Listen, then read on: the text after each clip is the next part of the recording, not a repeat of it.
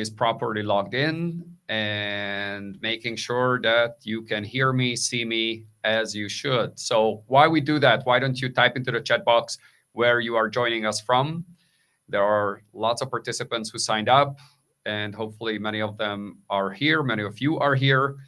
And I see already someone from Vilnius, from Brussels, from Luxembourg, from Paris, from Rhineland, and all over. Okay, sound seems to be working fine. My name is András Baneth, and I'll be your guide and host in the next 60 minutes to walk you through a wonderful new opportunity that the European Personnel Selection Office has just launched, which is for communication, AST3, so Assistant 3 level. And I'll explain what that actually means, what the different steps are, what you need to know. And as always, you're more than welcome to put questions into the chat box, which my colleagues will be helping with, and they will be conveying those onto my second screen, and I'll pick and choose the ones that I have time to answer, and those that I may not have time for, we're going to find a way to follow up on.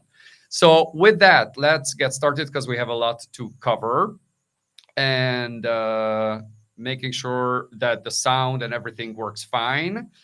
So be sure that you note the ID number of the meeting, because if you download the Click Meeting app on your tablet or your phone, that's the number you need to introduce. But for most cases, you just simply need to restart the browser, and the audio and the video almost always fixes itself and it works.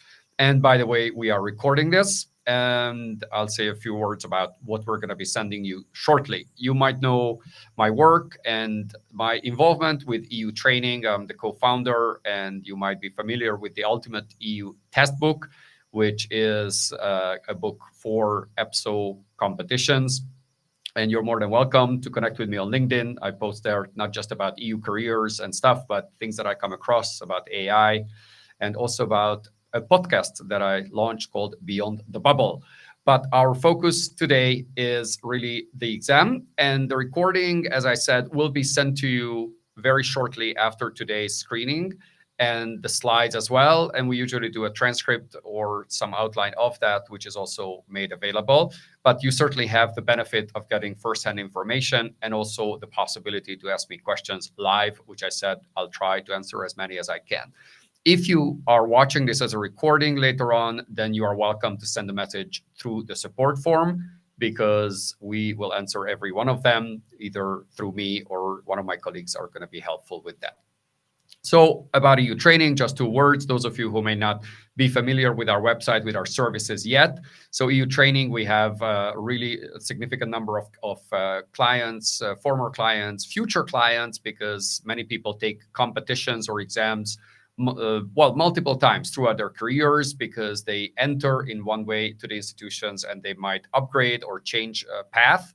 So we want to be helpful in every aspect. We have Facebook groups, a main one, and for different competitions, including for this one, the AST3 Communications. If you're on Facebook, you might want to check that out. And LinkedIn, please take a look at our LinkedIn page, because there we also share news and promotions and different content. And the practice test is something that we offer to you besides other services and products, but we cover everything. When it comes to this particular competition, we are working on providing you with domain specific, so communication and the 3 subfields of communication that we're going to cover in a second. We will have those questions in a couple of weeks. And otherwise, everything else is already available: verbal, numerical, abstract reasoning in multiple languages. And also we have a large number of webinars and different recorded and ebook format content. So you are encouraged to check those out. Some are free, some are paid. Methodology, systems, and processes to explain everything. So with that, let's actually get into the heart of it. So the AST 15725. So 157 is the reference number, as you can see. And as many of you would already know, and those of you who have already checked the notice of competition or EPSO's communication about it, there are essentially 3 fields, and you need to choose one of those. Either the graphic design, visual content production, where you have 159 places on the reserve list. And I'll say a few words about what that means. Second one, social media and digital comms, digital communications. There you have 150 places. and webmaster, which is 126 places. So quite a lot altogether. And this is a relatively large competition in this particular field. So it's not like you have a dozen or so places on the reserve list, so your chances might be limited. Obviously, a lot depends on how many candidates will apply and how many candidates will go for one or the other.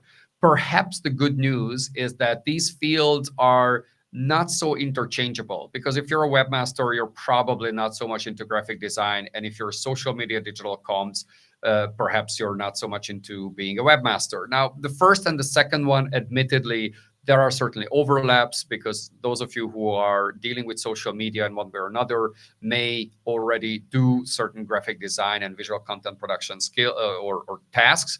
But again, it's a decision, and perhaps with the exclusion of number 3. So between 1 and 2, it might be some dilemma for some numbers of the candidates, which one to choose. Choose the one that you're absolutely certain you will qualify for. And we're going to look at the eligibility criteria, and you don't want to miss that. You don't want to risk being excluded from the competition because your expertise or work experience is not 100% relevant for that particular job profile. So you want to go for the sure one. And the formal meeting of the criteria is more important than your personal preference.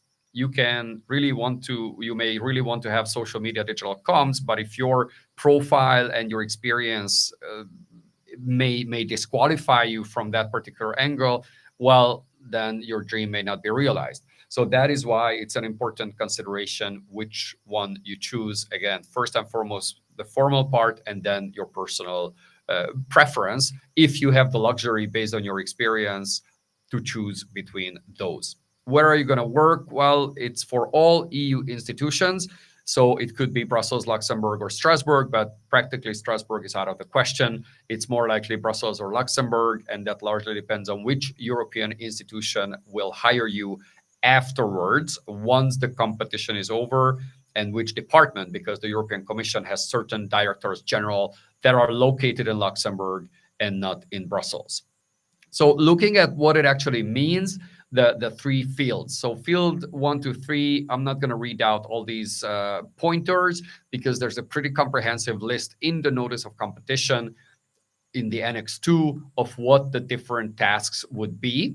And that is a helpful indication, as always, as to what kind of questions and what sort of topics you would be tested on when it comes to the field-specific multiple choice quizzes. We're going to come back to it with more details in the next couple of slides. But again, those of you who are wondering, what does it mean for the European institutions to deal with graphic design and visual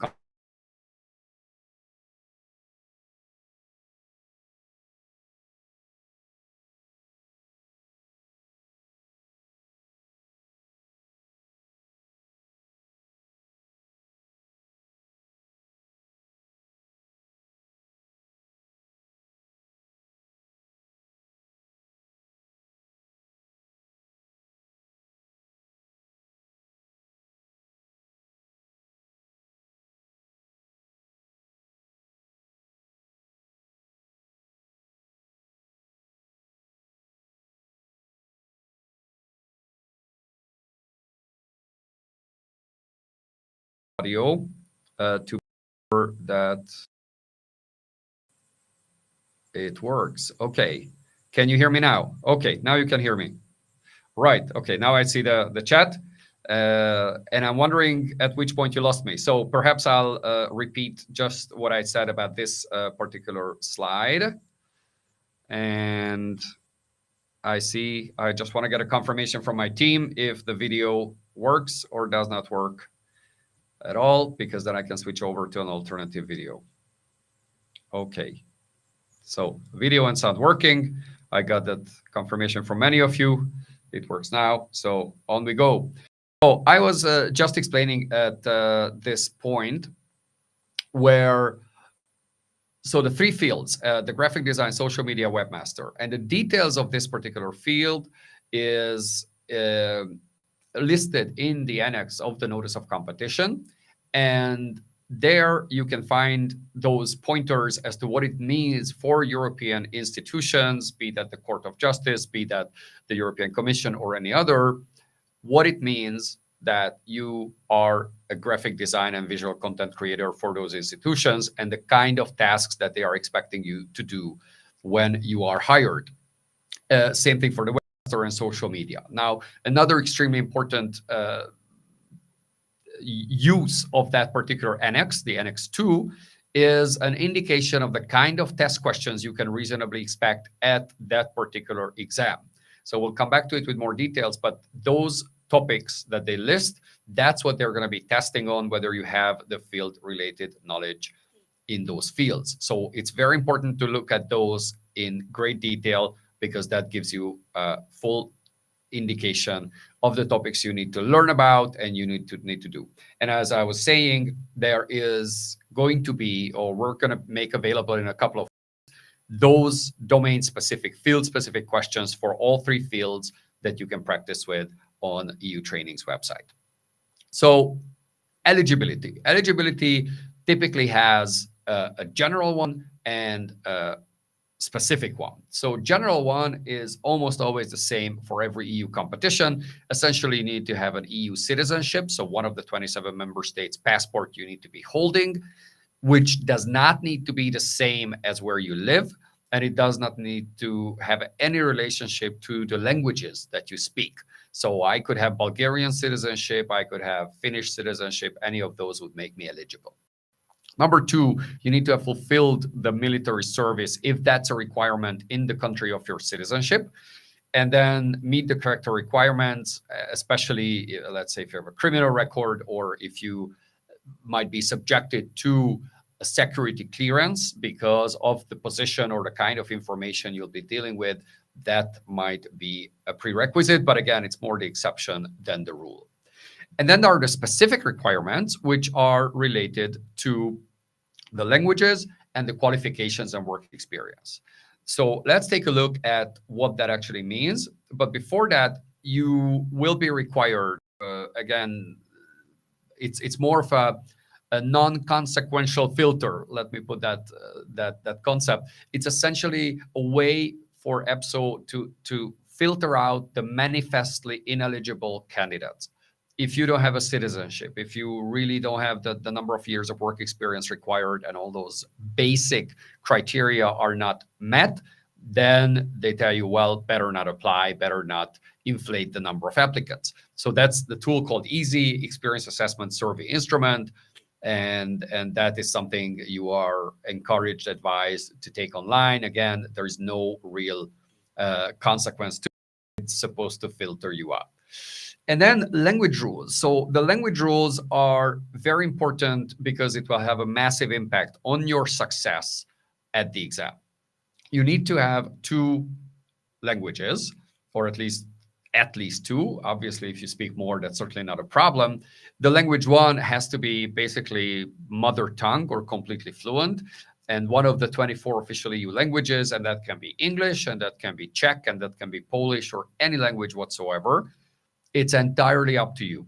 It's not linked to your passport, as I mentioned before, not linked to where you live. So you could be a Romanian citizen living in Portugal, speaking fluent Finnish. I wonder if there is such a person. If there is, give us a shout. But again, this is just to demonstrate that the 3 are not connected in any way. And then language 2 can be any of the remaining 23 official languages of the EU, and the language, the level of proficiency is somewhat lower, but again, it has to be very solid. This means that English or French or German or Italian or Spanish, so the 5 largest languages spoken in the EU, are not privileged in any way. So in practice, that means you can choose Czech and Slovak. You can choose Maltese and Spanish. Any combination would work. It doesn't really have any impact on your future job prospects. It's more about how you strategically choose the language in which you will take the exam. Now, when you are employed, obviously English or French are essential, and especially English. So you need to have a very solid English. in almost all cases when EU institutions employ you. So that will be tested in an interview or in some other context, but it's not a requirement for you to choose in the exam or for the exam to take those tests in.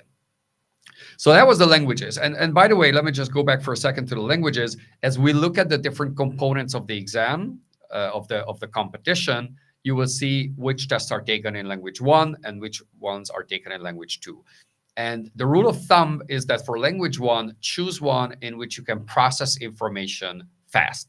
So that is typically the abstract verbal numerical reasoning is run in language 1. So if you are able to read quickly, process information quickly, understand stuff quickly in that particular language, well, that's the one you should choose.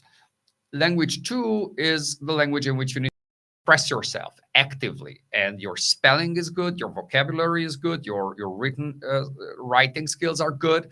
That is the language you need to choose for language 2. So if you're uncertain, I always give the example of French spelling, for instance, which is much more tricky than English spelling, at least for me.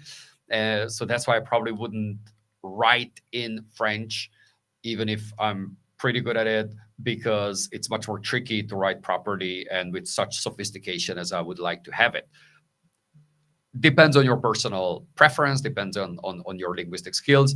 But again, this is a consideration that you might want to do and might want to have for this language choice. And then when it comes to qualifications, so qualifications, you have a 2-year diploma that you need to have. So the equivalent of completed 2-year diploma in the field specified. So if you did a 2-year degree about graphic design, if you did anything else along those lines for webmaster, if you did any other similar qualification, in that case you are eligible as long as you have 3 years of relevant work experience, right? So relevant work experience, and that is a must. Hang on a second, I need to quickly do something on my device. So 2 years of diploma and 3 years of relevant work experience.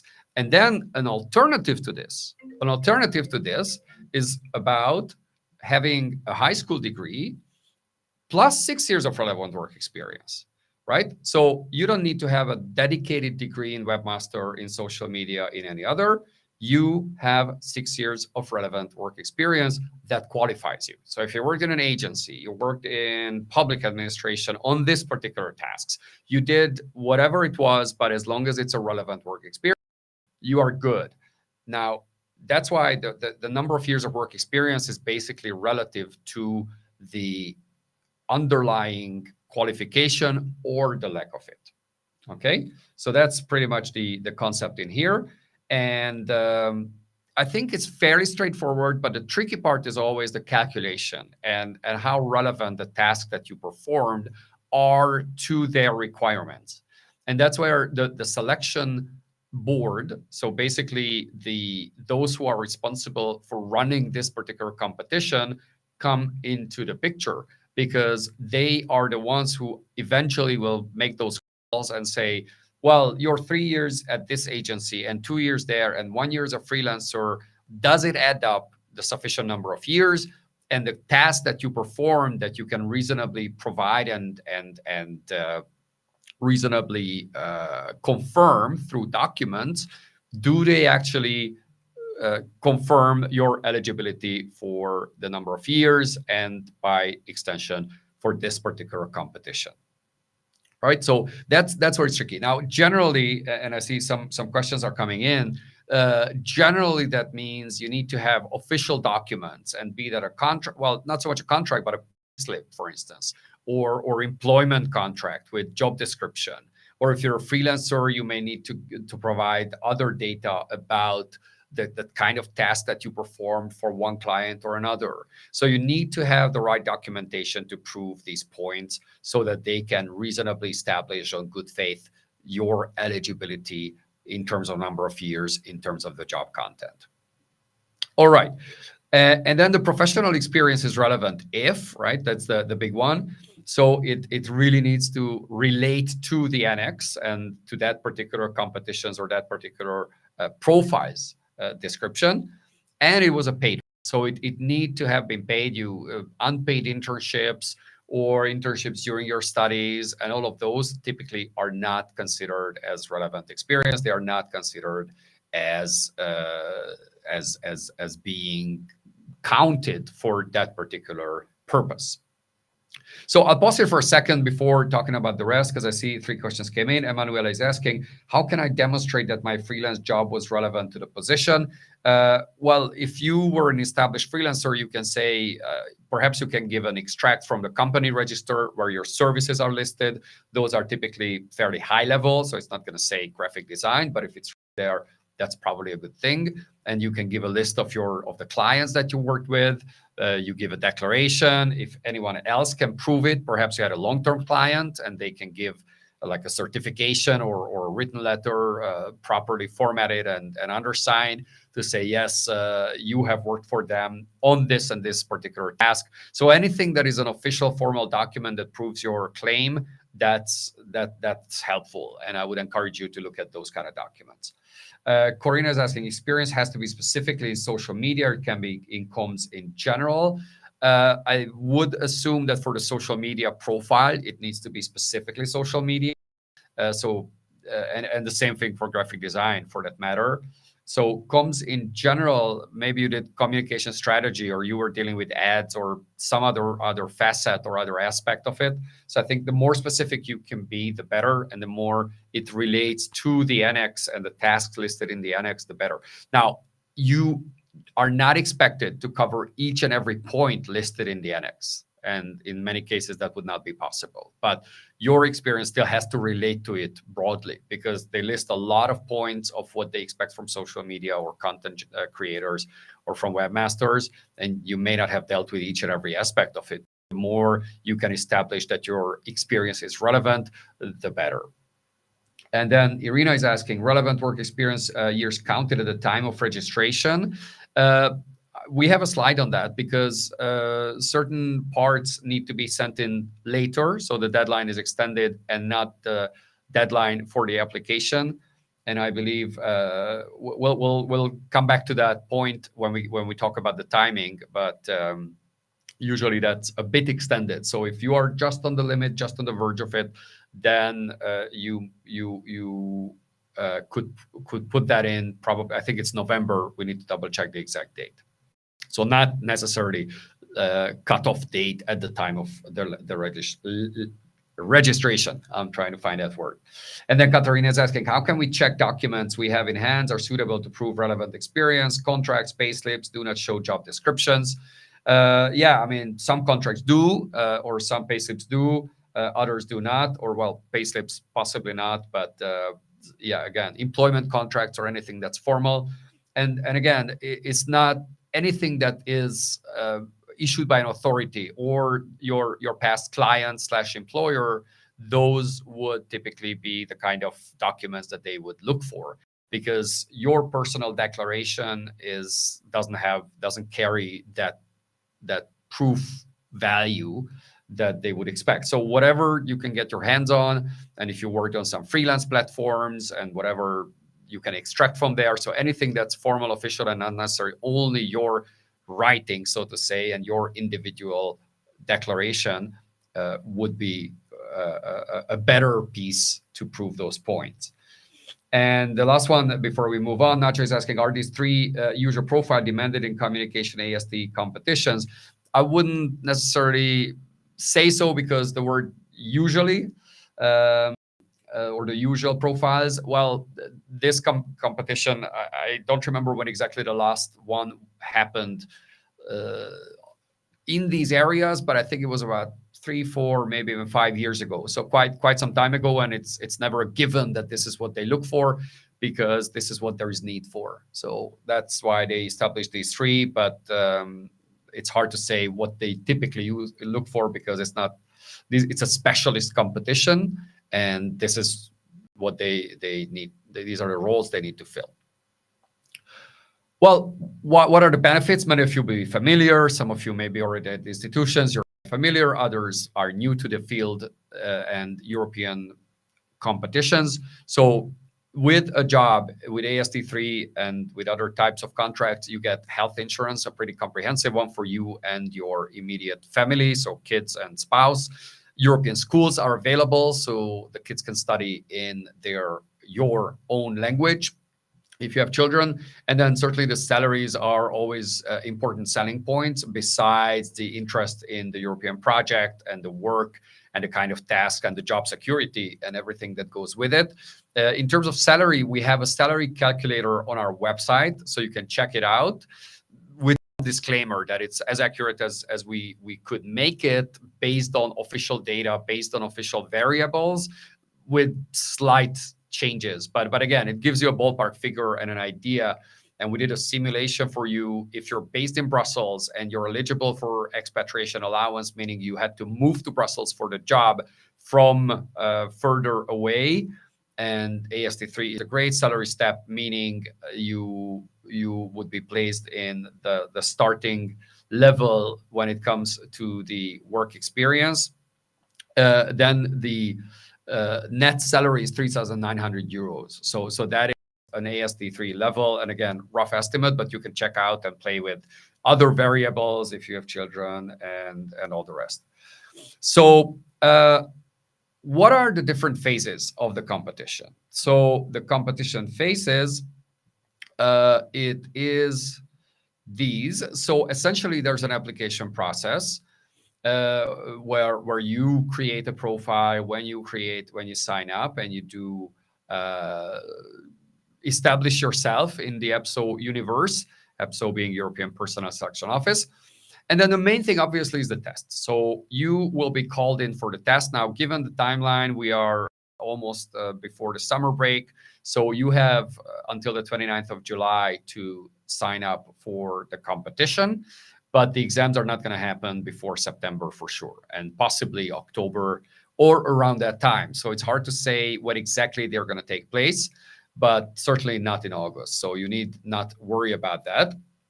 And eligibility checks are actually done for those who passed certain parts of the competition. So you send in the documents, and again, the deadline, we will look at it, it's a bit pushed out, but they're not immediately checked. So you being invited to sit the competition, it is not a confirmation that you've been considered eligible for this exam. So you will not be checked, or your documents will not be checked until at a later stage. And then the very end is a reserve list. So every competition's ultimate goal is to establish a reserve list. It's not about specific employment. So once you're in the reserve list, you are eligible to be hired. So it's a necessary but insufficient condition to take up a permanent EU job at the AST3 level.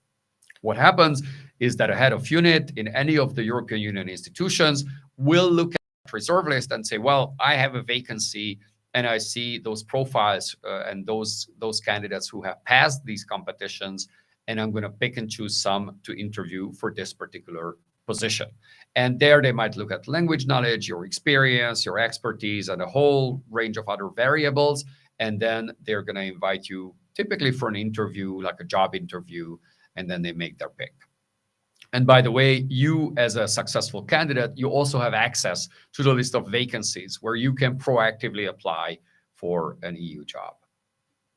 Right, so what are different steps? You create a profile, you create an account, and you fill in all the fields and making sure that everything is accurate and everything is properly done. And the application process, so you can do that in any of the 24 official languages. So that is not an issue. And the supporting documents, like I said before, you can upload that later. So that's a good thing in most cases, because like we said, if you gain the 6 years or you get a diploma over the summer and all those other life situations, well, you're not going to miss the competition just because you don't have those documents in hand yet. So the 29th of July is the application deadline. Don't miss it. If you're going on holidays or if your mind is somewhere else, still make sure you don't leave that to the last moment. Be sure that you do all the necessary steps. And the deadline for supporting documents and all the rest is the 14th of November. Okay, so 14th of November. I see that September is to the right of it, so don't be misled by that. It's 14 November is the date. But again, this reminds me to say our legal disclaimer that whatever I say is really to the best of our knowledge, and I try to be as accurate as possible. But the ultimate go-to source is the notice of competition and whatever EPSO officially puts out on their website. So really, that's the information, which is the 100% go-to point. But again, I'm trying to be accurate as much as I can. The tests. So what are you going to be doing to get this particular position? What tests do you need to sit and take to succeed? So all applicants who have sent in their applications on time and you properly filled in all the fields and did all the formal requirements, you will be invited to sit the test. Typically, it's on the same day for every candidate.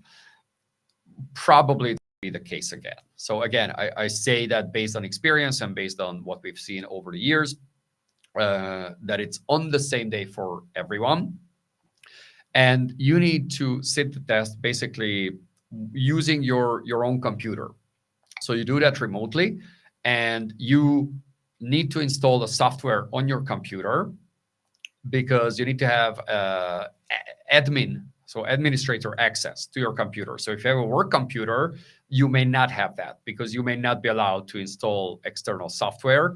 So think about that in advance, because almost certainly you will be required to do that. And that's because of the fraud prevention and to avoid any cheating. I say that with a disclaimer that EPSO has just selected a new test provider. So some of you who have taken these kind of tests would know there was a provider called TestWe. Now they selected a new one, and we don't yet know whether this new provider is going to be the one who runs these tests for this particular competition. Possibly yes. And if so, I don't know what configuration or what settings they will require on your computer. But more likely than not, they will also require you to have administrator access. So you need to install that particular software. And I just say one small comment and commercial plug, because here we are at Ambiorix Center, Ambiorix Studio here in Brussels, and we have 4 spaces to take the exams. And we provide computers, a silent space, internet, and all the rest. So if you are in need of that particular service, we are more than happy to offer that and make ourselves available. There's a small fee for it, but we provide you with the calm and the ease of mind. So with that, remotely taken tests, and then if you don't complete all the tests, then you're not going to qualify. So you need to go through all the components, the abstract, verbal, numerical, the field-related, and the free text essay. We're going to look at it in a second. But if you don't complete all of them, you're not going to qualify. They are going to test you on all of those, and they're going to check the results only afterwards. So it's not like you immediately get the answer that did you pass or did you not, because there are lots of safeguards, and they need to make sure that they have all the data, all the results in before they tell you whether you passed or not. So the 4 components are the ones you see on the screen. And like I mentioned, the reasoning skills, often referred to as CBT, technically computer-based tests. Practically all of these are computer-based tests, but the abstract, verbal, numerical reasoning is typically referred to as such. And then you have the field-related test, which is related to one of the 3 domains, depending on which one you have chosen. And then you have the written test, which is broadly related to the competition, but it's not testing your knowledge. It's testing your written communication skills. So abstract, verbal, numerical reasoning, this is only a pass-fail basis. You are not ranked compared to other candidates. You are only either passing it or not passing it. And then there's a threshold, and its score does not count towards the final score. What happens is with verbal reasoning, it's the typical timeline, 20 questions and 35 minutes. And it's a text passage, questions, statements, deductions, and eventually there's only one correct answer. There is no penalty for wrong answer, so you can always just pick one if you don't get to the end. And it's a logical test. It's not a reading comprehension one. It's much more about thinking rather than linguistic ability. Obviously, you need to understand properly and quickly what you read. But again, the main focus of the verbal reasoning is not a reading comprehension or vocabulary, but logic. Number 2, numerical reasoning, 10 questions and 20 minutes. Similarly, you have data interpretation and charts and tables and basic calculations. And again, basic calculations. You don't need to do square root and stuff like that. And you have a calculator on the screen. You do not have a physical one. You have a calculator on screen, and that is the only one you can use. But you can use that, though typically because of the time pressure, you're often better off if you do estimation rather than calculation, as long as it's relatively accurate, because it saves you time. And then there's the abstract reasoning, which often is the most challenging for most candidates, 10 questions and 10 minutes. And always there's a logic to it. So you need to find the next in the sequence. And we have enormous number of abstract verbal numerical reasoning tests on our site. The verbal reasoning we have in 24 languages.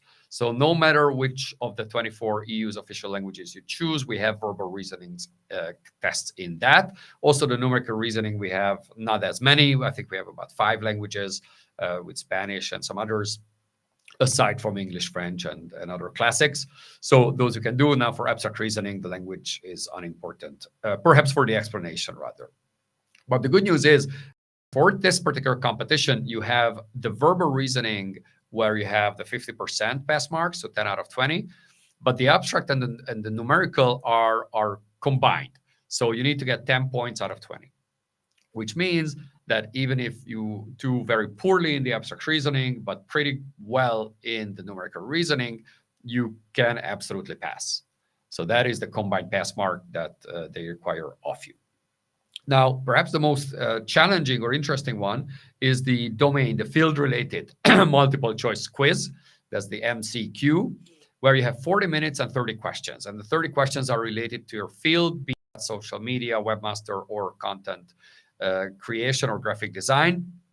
And that is going to be a multiple choice quiz. So it's not that, okay, create a social media post. Okay, create a Canva design, or hey, how do you hack this particular bug in the code?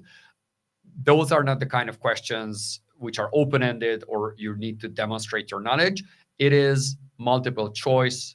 So there's a question, perhaps there is an image to it, and then they ask you to pick the right answer from the different option. And like we said before, what are those questions about? Well, largely about the topics that are listed in the annex, in the notice of competition, which of course is very broad. So if they say, well, you need to understand server configurations, well, there's a lot to it. It's not as simple as that.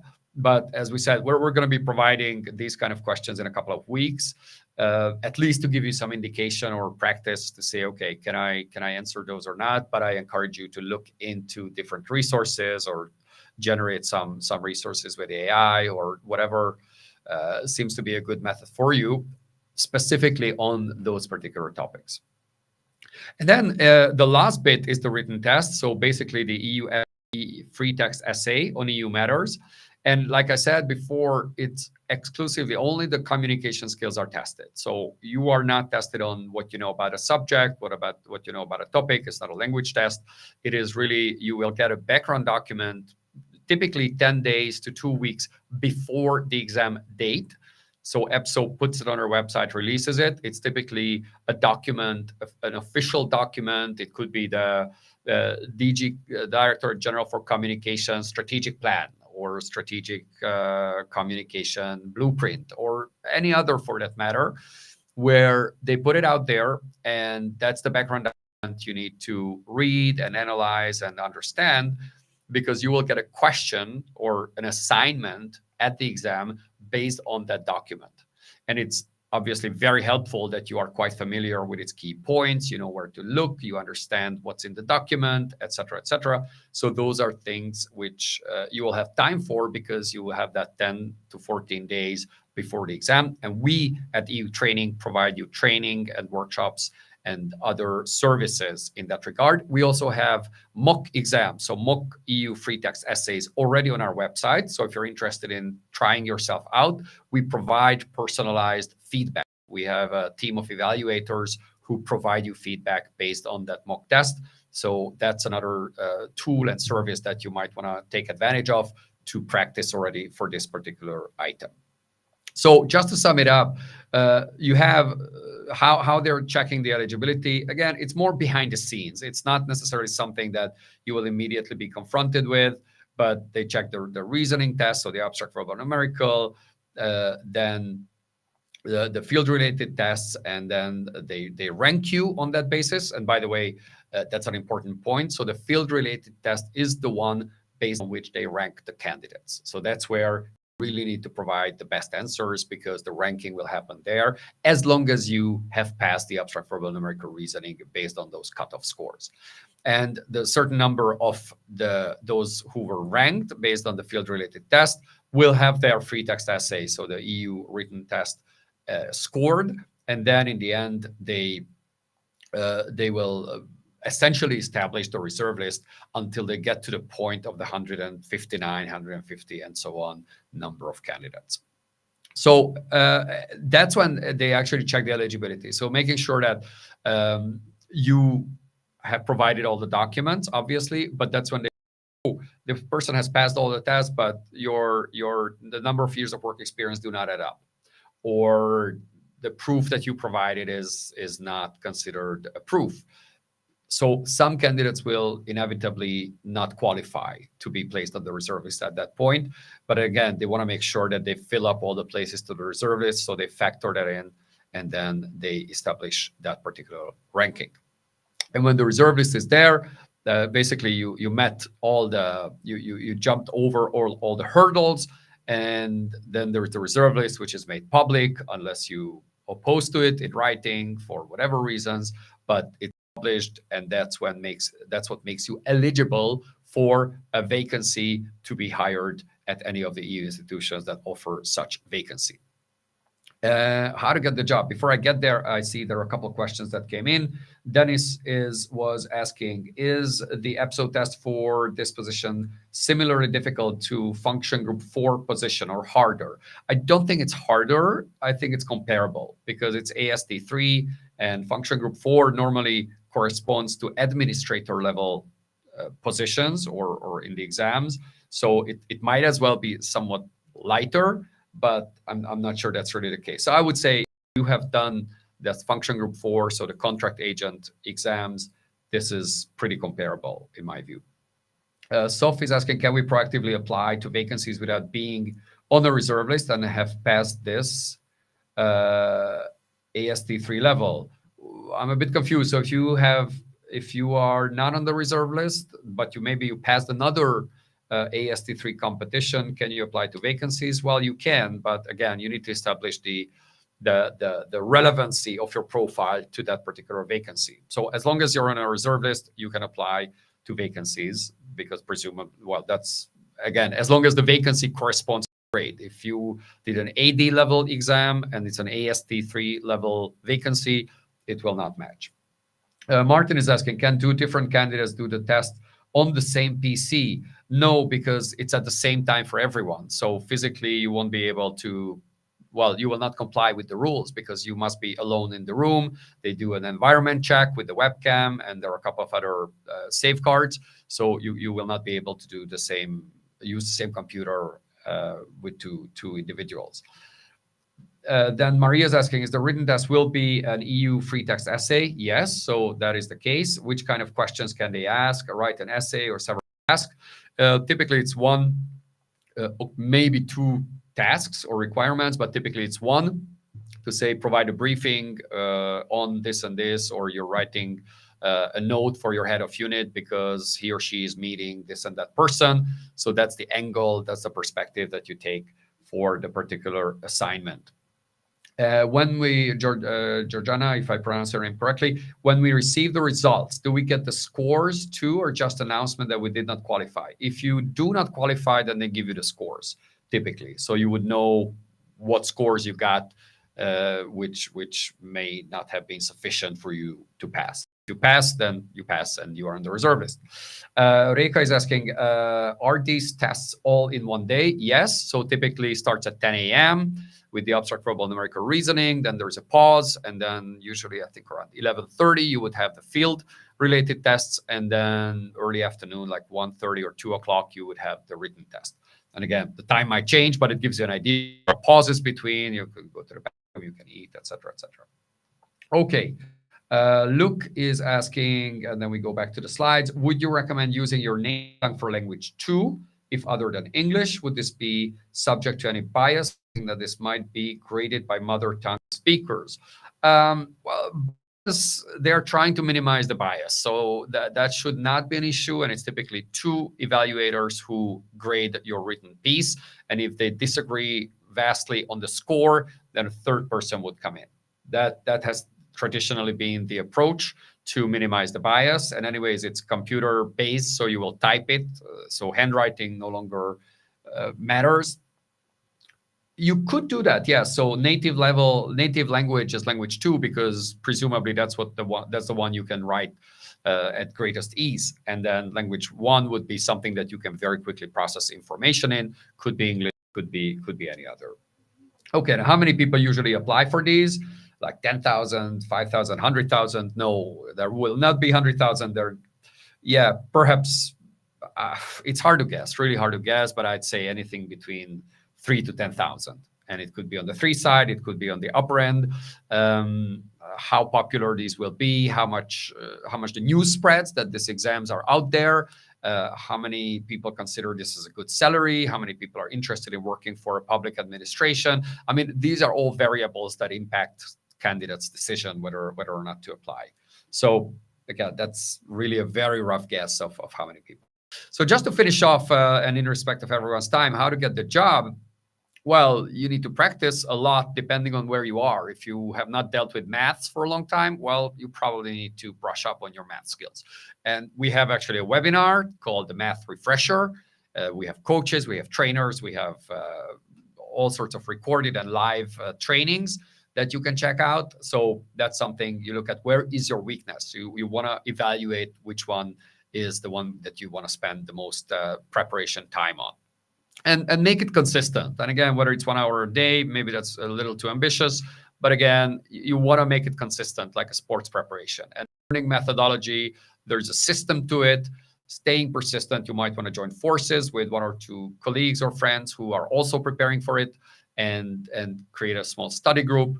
You want to do test simulations and make sure that you're really familiar with what is expected of you so you can succeed.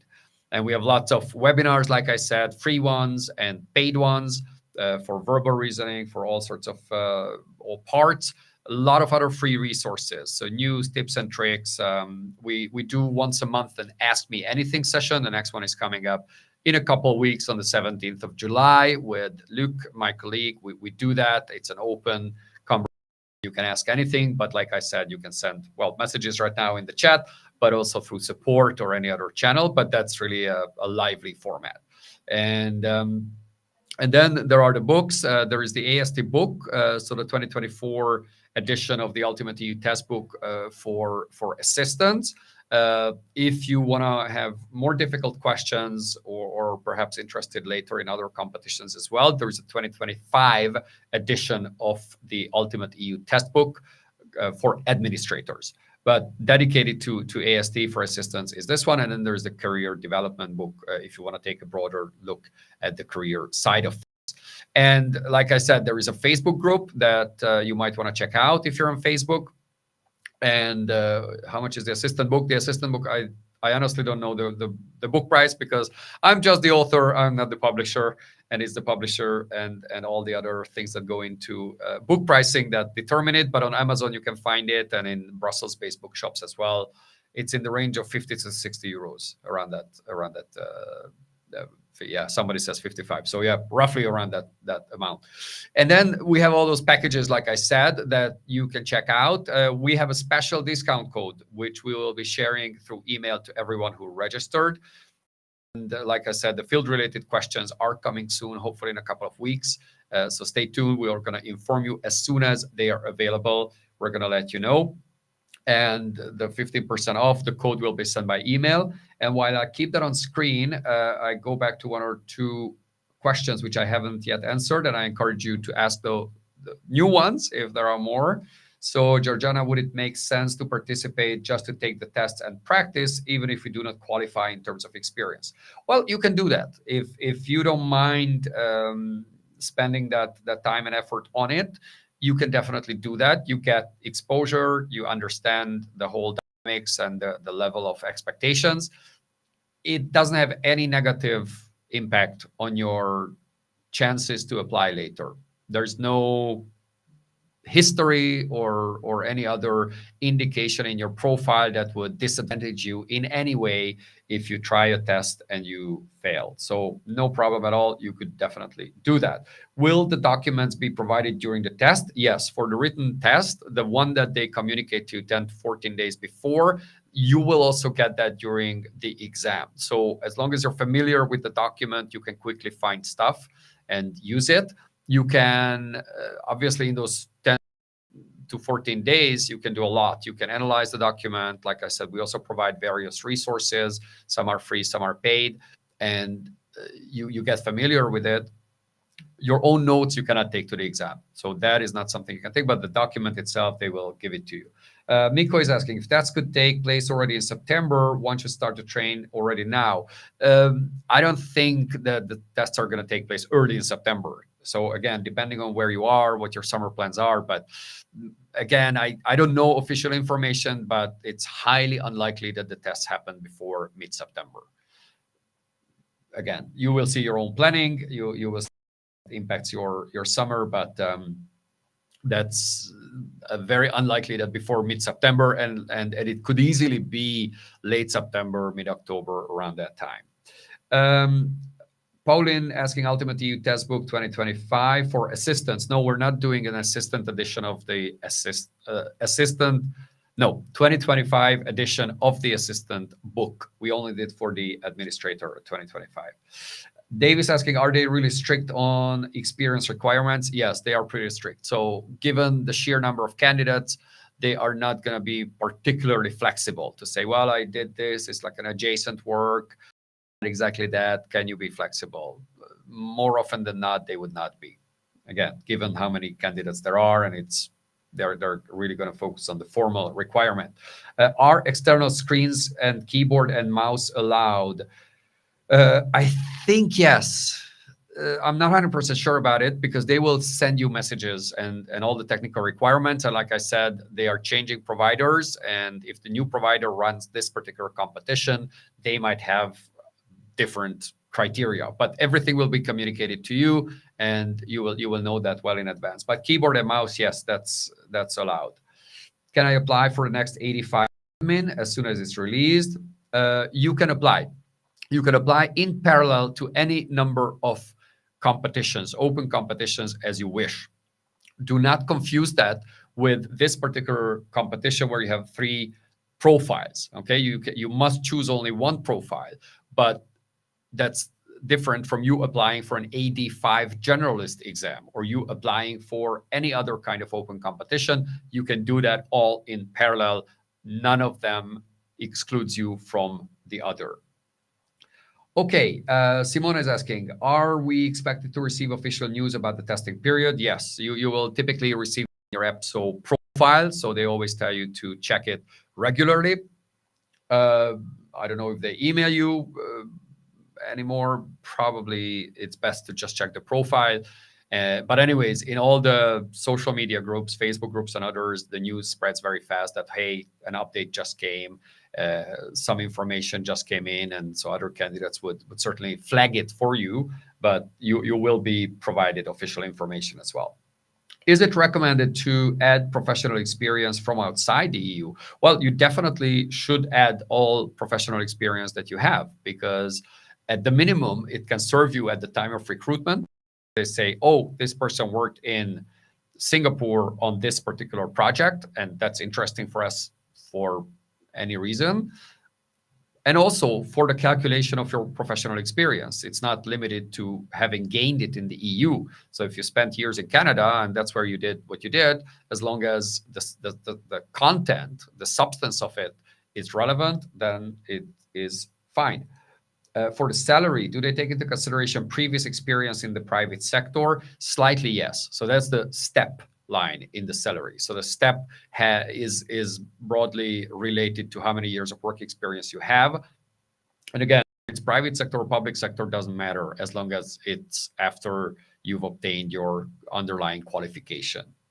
So there's a slight adjustment. It's not huge because the main determinant is that it's AST3. So that's the biggest impact on your salary. Obviously, other factors, like we said, family status, or did you have to relocate, and other things. Lionel is asking, as a freelancer, are contracts for work that can last months, but only a reduced number of days. I worked a month, have a payslip of 1 week, for example. Really worked, that you really worked. Would it be a problem? Oh, honestly, I don't say anything on this because the way they calculate, they might give some guidelines. Occasionally they do that. So they launch a competition and they realize that these kind of questions come in. So one thing I would encourage you to do, send a message to EPSO, to the selection board, ask them this particular and give them more details, because they might say, well, we can't say because it's ultimately, we need to see your particular situation, but at least they know that such questions arise, and not just from one person, but from multiple individuals. And they might put out a certain guidance and say, well, if you're a freelancer, here is how we're going to assess, how we're going to calculate your work experience, content, and the years. Because if it was a 1-year contract, maybe a framework contract, and you only do 10 days of work during that 1 year, how are they going to consider that? Okay, Martin is asking, in how many languages will the free text essay documents be available? All 24, because you have the choice essentially of choosing from all 24 languages. Well, practically language one cannot be chosen, but again, whatever language one is, still practically from EPSO's perspective, there are 24 languages for the free text essay. And the document that they publish is going to be an official EU document, which by that nature has been translated into all other languages. So you can take it in French, and you can take it in Estonian, and take it in any other language. Okay, Sammy says, I'm working in the European Parliament as an external already. Can I apply with my external mail, or should I use my personal address? I would say probably personal address, because in case something happens to your contract, you don't want to lose that the access to the email or have any other complications. It doesn't have an impact on your application. It's just for kind of due diligence. Sarah is asking, the supporting documents can be in any language of the EU or translated to English, typically any language. So it's a multilingual institution. If you have it, of course, in English, or you can do an unofficial translation, or even if you wish to facilitate their understanding of it, then you can have it translated. But for all intents and purposes, you can submit that in any of the EU's official languages. There's no such limitation. Okay, here there was a question I didn't answer from Anna. How much time is approximately needed to prepare for the test? And yeah, like I said, that's a broad indication. It's I always compare this to a sports preparation. If I were to run a marathon, I would probably die tomorrow. I'm not in that shape, so I need a long preparation to be in there. Others may just jump up and run all the way to, I don't know, what's 44 kilometers from the Ambioric Center, but you get the idea. Depends really where you are right now in your numerical reasoning skills, in your abstract reasoning, how much you know about the topic, how comfortable you are writing an EU free text essay. So all those variables need to be looked at. I'd say about a month of intense preparation could be a way to go, but maybe it's better to scale it, to spread it a little bit, so you don't need to rush, and it's not such a pressure on you if you don't feel that you're not yet there. So again, by the way, we have a preparation planner tool. It's a free tool on our website on EU Training. You can check it out, and there you can input all those variables. How much time do you have available? Which exam are you preparing for? And all those. And then it turns out a nice preparation plan for you, which at least it's a nice indication that you can then turn into something more concrete. With that, time is up, I think. And thank you so much for your attention. Thanks to India, to Rita, to Elmi, to everyone who helped put this webinar together. And much appreciated for their help and their assistance. And to everyone else. So if we can be helpful with anything else, be that resources, tips, ideas, or to point you to the right tool, we're more than happy to. So please get in touch. Send a message through the contact form on eutraining.eu. And as I said, we're working hard on getting the domain-specific, field-specific test ready. And other than that, those of you who are going on summer vacation, have a great vacation. And after the summer, definitely best of luck with the exams. And if we can be helpful with anything else, just let us know. Always there to support you. So, thank everyone, and keep it up.